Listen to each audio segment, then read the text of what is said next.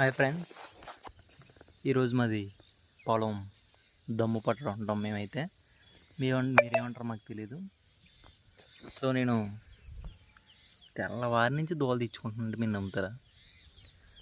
మా ఇండియా ఎలాంటి అంటే ఒక సూపర్వైజర్ టైప్ అనమాట.